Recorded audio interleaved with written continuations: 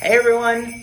Alright, we get a fun one today. We get to work on the sleigh bells. Alright, these are one of the loudest instruments we have just because by walking with them, you're probably going to disrupt the whole band. Alright, so just be very careful with these. Make sure to be as quiet and respectful of the band directors as possible when setting up and moving these across the band hall.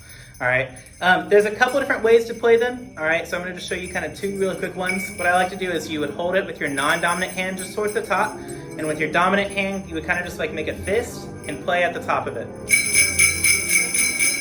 Alright, a lot of the times you're going to see this in like your winter concert music where you just play eighth notes the entire time. So let's practice eighth notes together for a second. Remember, clear, strong, steady rhythms. Here we go. 1, 2, eighth notes, go.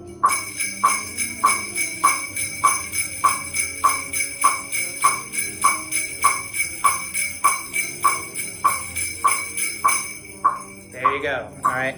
So again, as you're practicing those, just make sure that you're watching the director, staying right in time. This is a fun instrument, all right, but it is a very particular instrument because if you play right with the band directors conducting, you're actually probably going to be a little bit late because it takes a second for the jingles to start ringing and reach the front of the room. So if anything, try to be just a little bit fast as you start playing this and working with the band.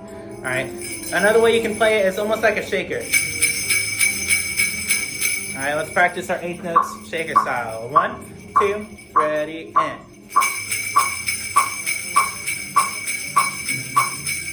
stop. Again, watch the director, make sure you're in time. Now, finally, let's practice a line together. Here we go. 1, 2, rhythms matter.